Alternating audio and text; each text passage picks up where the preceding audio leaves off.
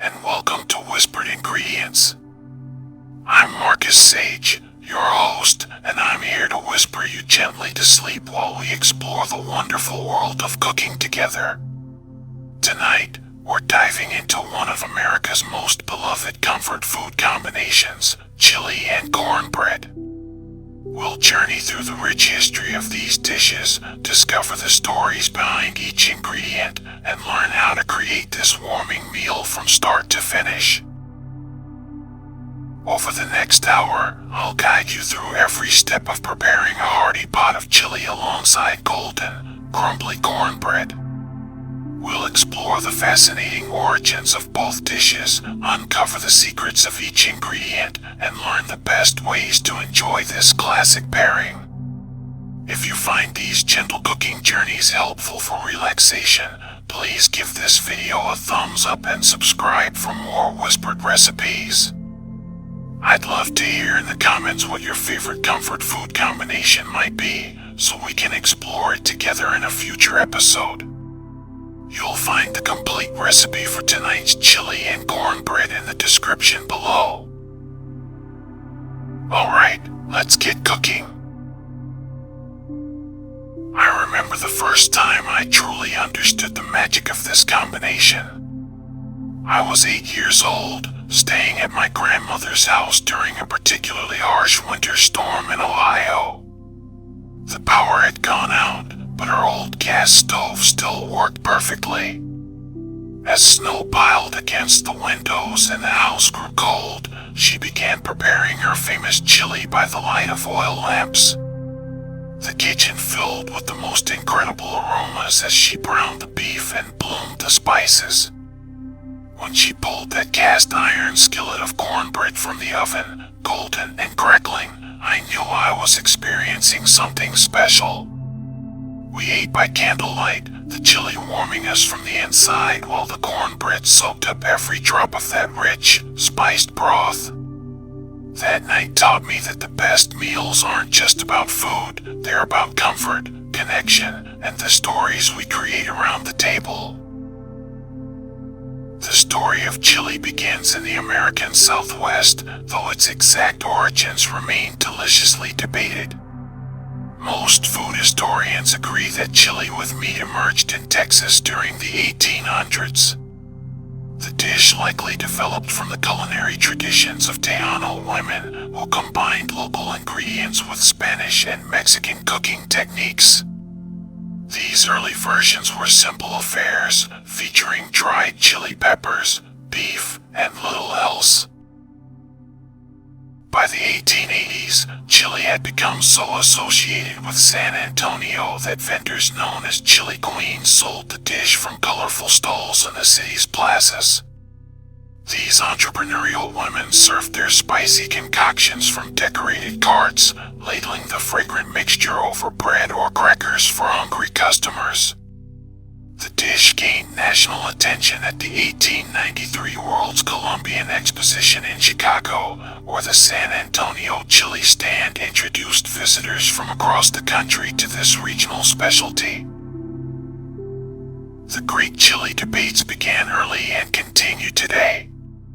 Texans maintain that authentic chili contains no beans, no tomatoes, and certainly no vegetables beyond onions and garlic.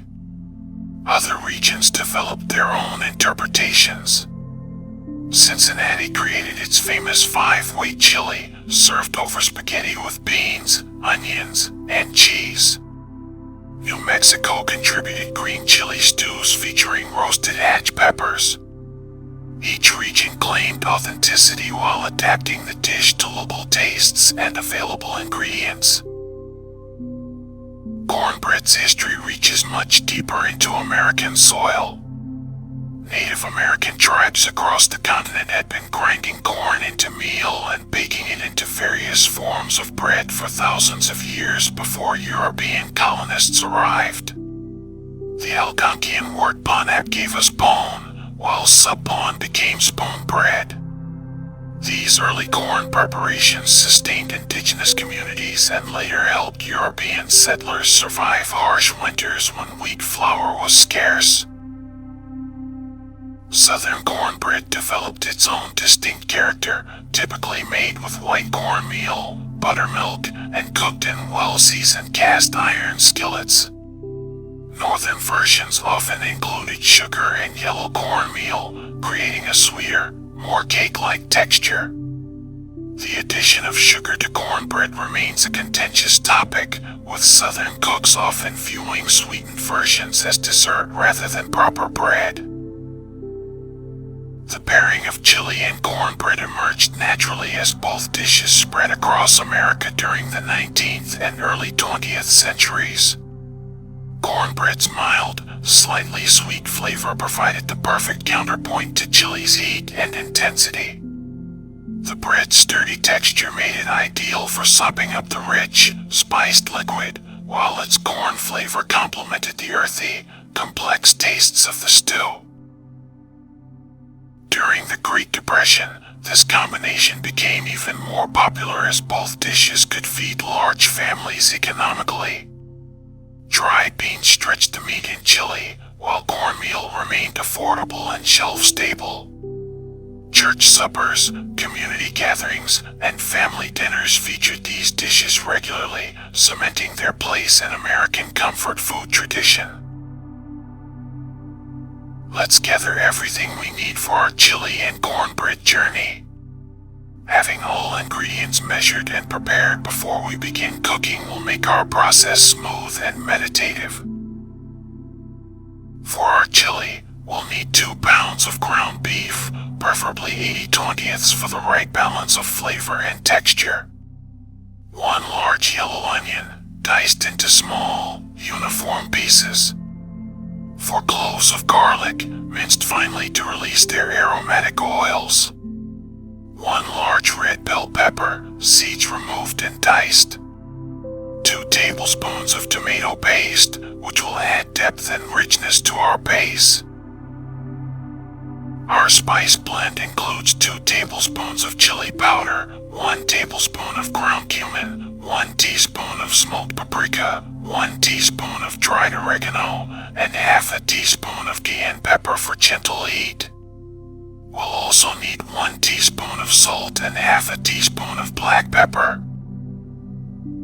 For liquid components, gather 1 28-ounce can of crushed tomatoes, 2 cups of beef broth, and 1 12-ounce bottle of dark beer, such as a porter or stout. The alcohol will cook off, leaving behind rich, malty flavors that complement the beef beautifully. Our beans include 1 15-ounce can each of kidney beans and pinto beans, both drained and rinsed. Some traditionalists omit beans entirely, but they add wonderful texture and help create a more substantial, satisfying meal. For finishing touches, we need 2 tablespoons of apple cider vinegar to brighten the flavors, 1 tablespoon of brown sugar to balance the acidity, and 2 squares of dark chocolate, finely chopped. The chocolate adds a subtle richness without sweetness, a technique borrowed from a Mexican sauce preparation. Now for our cornbread ingredients. We'll need 1 cup of yellow cornmeal, preferably stone ground for the best texture and flavor. 1 cup of all-purpose flour creates structure and tenderness. 1/4 cup of granulated sugar adds just enough sweetness to complement the chili without overwhelming the corn flavor. For leavening, gather 1 tablespoon of baking powder and 1 teaspoon of salt. We'll need 1 cup of buttermilk, which provides tangy flavor and reacts with the baking powder for perfect rise. 2 large eggs, beaten lightly, will bind everything together. Finally, 6 tablespoons of unsalted butter, melted and cooled slightly. Begin preparation by preheating your oven to 425 degrees for the cornbread. Place a 10-inch cast iron skillet in the oven while it preheats. This technique ensures our cornbread will have a beautifully crispy, golden crust. Prepare your vegetables with careful attention to uniform sizing. dice the onion into pieces roughly 1/4 inch square. This size allows them to cook evenly and integrate well into the chili without disappearing completely. Mince the garlic finely, but avoid using a garlic press, which can create a bitter, harsh flavor. Instead, use a sharp knife to create tiny, even pieces. Remove seeds and white pith from the bell pepper before dicing. These parts can add unwanted bitterness to our finished dish. Cut the pepper into pieces similar in size to your onion for even cooking and pleasant texture in each spoonful. Measure all spices into a small bowl and whisk them together. This ensures even distribution throughout the chili and prevents any single spice from clumping or creating overly intense pockets of flavor. The pre-mixed spices will bloom beautifully when added to the hot oil and vegetables. Open and drain your canned beans, rinsing them thoroughly under cold water. This removes excess sodium and the slightly metallic taste that can come from canned goods. Pat them dry with paper towels to prevent excess liquid from thinning your chili. For the cornbread, measure dry ingredients into one bowl and wet ingredients into another. Keep the melted butter aside for now. This division ensures we can combine everything quickly once we begin mixing, preventing tough, overworked cornbread. Set out a large, heavy-bottom pot or Dutch oven for the chili. The heavy bottom prevents scorching and ensures even heat distribution during the long, slow cooking process. Have a wooden spoon ready for stirring, as metal utensils can scratch your pot's surface and create hot spots. Check that your beef broth is at room temperature and your beer is opened and ready to pour. Cold liquids added to hot ingredients can cause splattering and uneven cooking. Room temperature ingredients incorporate more smoothly and safely. With everything measured, chopped, and organized within easy reach, we're ready to begin the actual cooking process. This careful preparation ensures our cooking flows smoothly from one step to the next. Let's begin with our chili base. Heat 2 tablespoons of vegetable oil in your heavy bottom pot over medium-high heat. The oil should shimmer slightly but not smoke. Add the ground beef, breaking it apart with your wooden spoon into small, even pieces.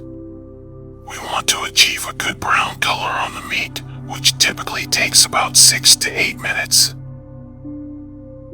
Listen for the gentle sizzling that tells us the meat is browning properly rather than steaming.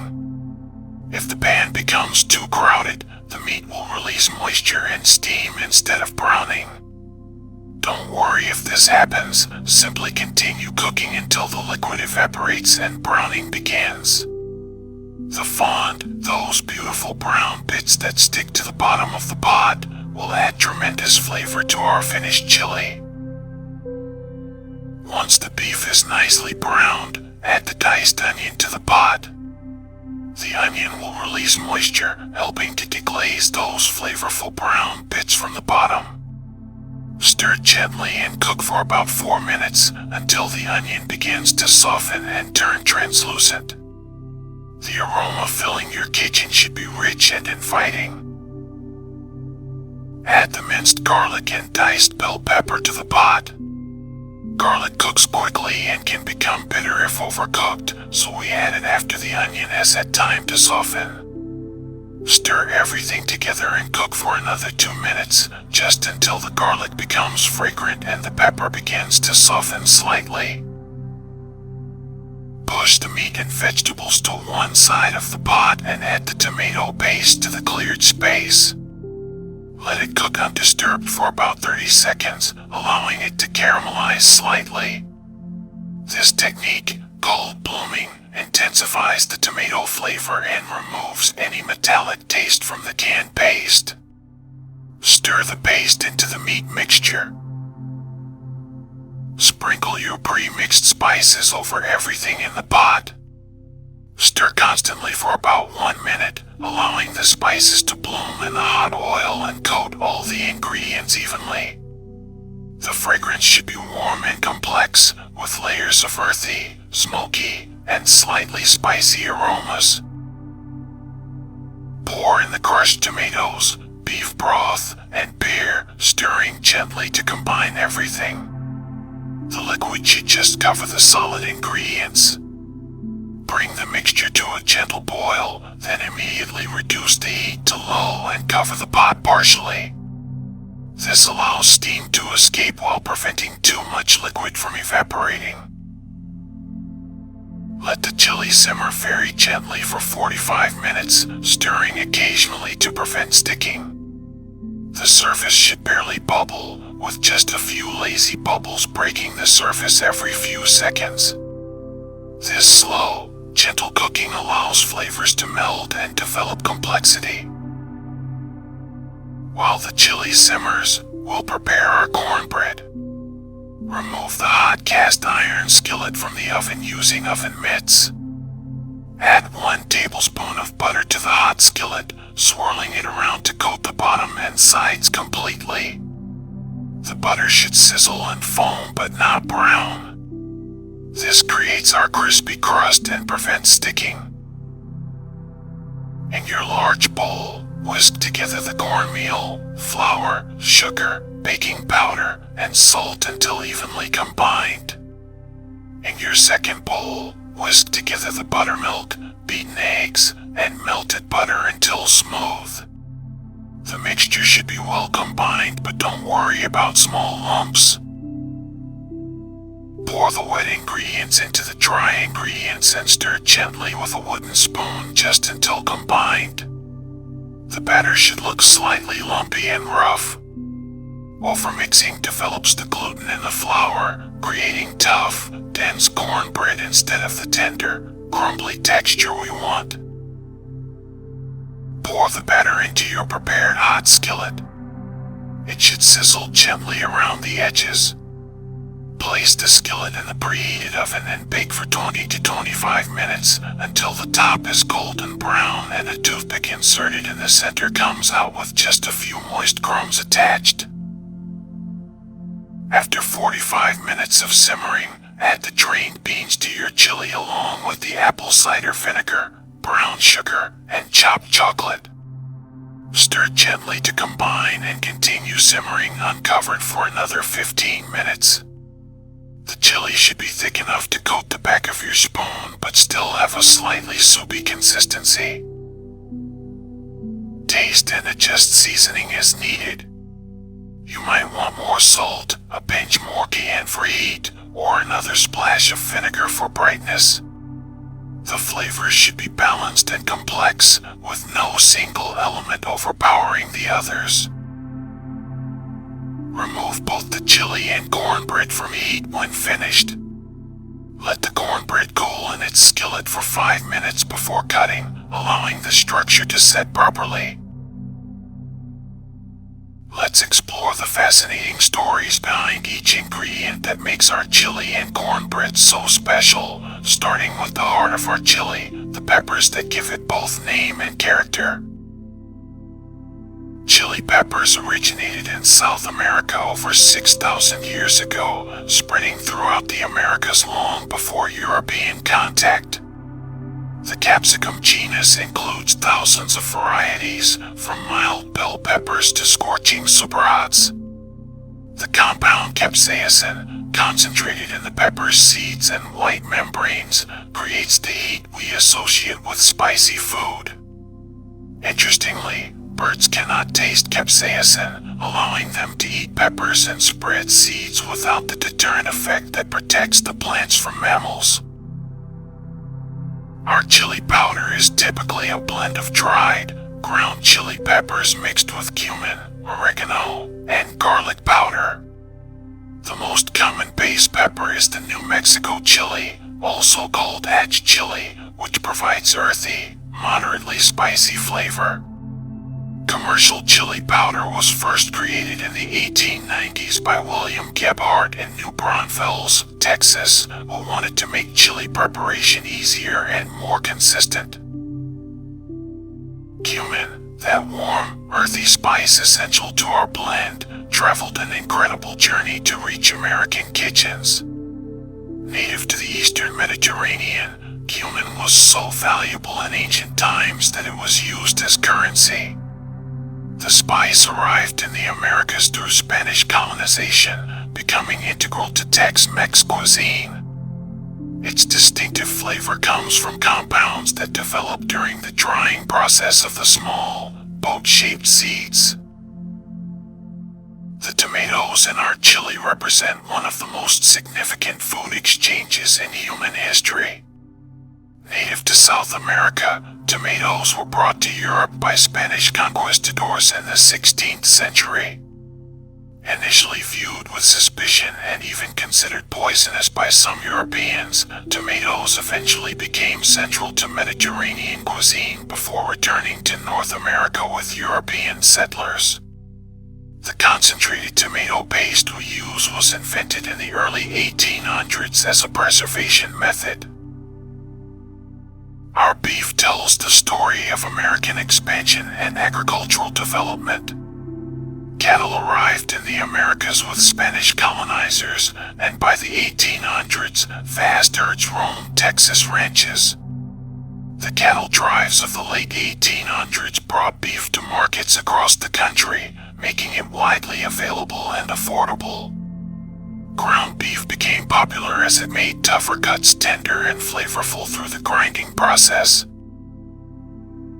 Beans have sustained human civilizations for over 9,000 years. Kidney beans, named for their distinctive shape, originated in Peru and spread throughout the Americas. Pinto beans, whose name means painted in Spanish, were cultivated by indigenous peoples across Mexico and the southwestern United States. Both varieties are excellent sources of protein and fiber, making them valuable additions to our chili beyond their creamy texture and earthy flavor.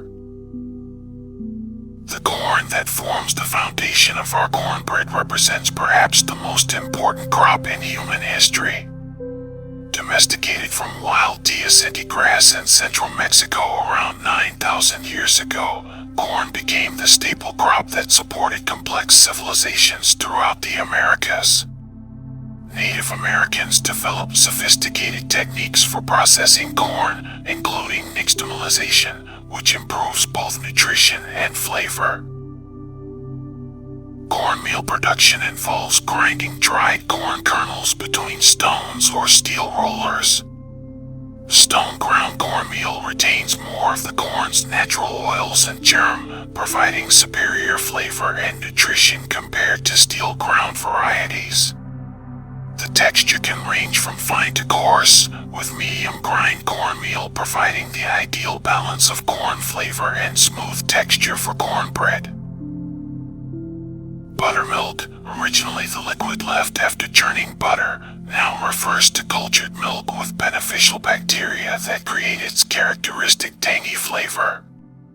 These bacteria produce lactic acid, which not only provides flavor but also reacts with baking soda or baking powder to create the chemical leavening that makes our cornbread rise. The acidity also tenderizes proteins in flour, contributing to cornbread's tender crumb. The chocolate we add to our chili might seem unusual, but it reflects the deep connection between Mexican and Tex-Mex cuisines. Cacao was sacred to ancient Mesoamerican civilizations, who often combined it with chili peppers and ceremonial drinks. The small amount of dark chocolate in our chili adds depth and richness without sweetness, helping to balance the acidity of tomatoes and the heat of peppers. Even our simple salt carries history. Salt has been precious throughout human civilization, sometimes worth more than gold. The phrase "worth his salt" comes from the Roman practice of paying soldiers partly in salt. In cooking, Salt doesn't just add flavor, it enhances other tastes, helps proteins retain moisture, and aids in the chemical reactions that develop complex flavors during long, slow cooking. The beauty of chili and cornbread lies not just in their individual flavors, but in how they complement each other to create a meal that satisfies both body and soul. The best way to serve this classic combination is in wide, shallow bowls that allow the chili's aromatic steam to rise and greet your senses before the first spoonful. Ladle the chili into warm bowls, filling them about 3/4 full to leave room for toppings and prevent spills. The ideal serving temperature is hot but not scalding, around 140 to 150 degrees, which allows you to taste all the complex flavors without burning your tongue. Cut the cornbread into generous wedges while it's still slightly warm, when its texture is at its peak, crispy on the outside with a tender, slightly crumbly interior. Traditional accompaniments enhance both dishes beautifully. A dollop of sour cream provides cooling richness that balances the chili's heat and acidity. Shredded sharp cheddar cheese melts slightly when placed on hot chili, adding creamy texture and tangy flavor. Finely chopped green onions or chives contribute a mild, fresh bite that brightens the rich, earthy flavors. Some regions favor additional toppings that reflect local preferences. Diced avocado or a spoonful of guacamole adds creamy richness and helps tame spicy heat. A squeeze of fresh lime juice brightens all the flavors, while chopped cilantro provides an herbal note that complements the cumin and chili peppers. Pickled jalapenos offer acidic heat for those who want extra spice. The cornbread serves multiple purposes in this meal. Its mild, slightly sweet flavor provides relief from the chili's intensity, while its sturdy texture makes it perfect for sopping up the flavorful liquid. Break off pieces and use them like edible spoons, or crumble cornbread directly into your chili bowl for added texture and corn flavor throughout. For the ultimate comfort food experience, serve this meal on a cool evening when the contrast between the warm, spicy food and crisp air feels especially satisfying. The combination works beautifully for casual family dinners, potluck gatherings, or game day celebrations. The recipes scale up easily for feeding crowds, making them perfect for community events or holiday gatherings.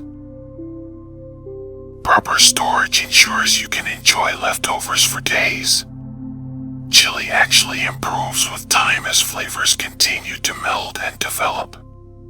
Store cold chili in the refrigerator for up to 4 days or freeze for up to 3 months. When reheating, add a splash of broth or water if the chili has thickened too much during storage.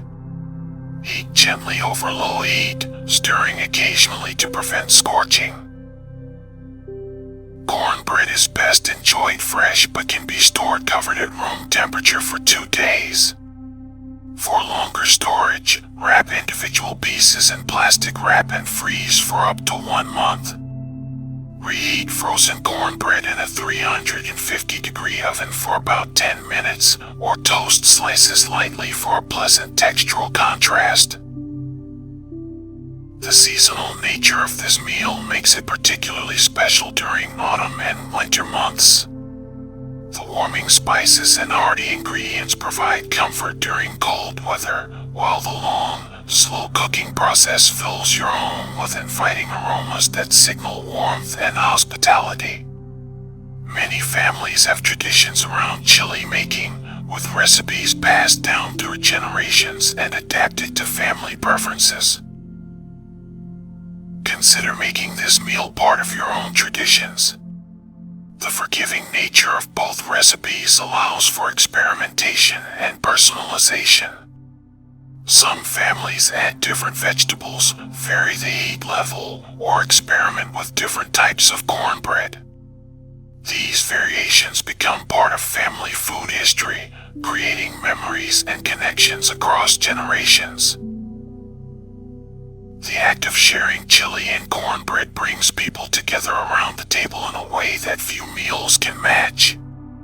The casual, communal nature of the meal encourages conversation and connection.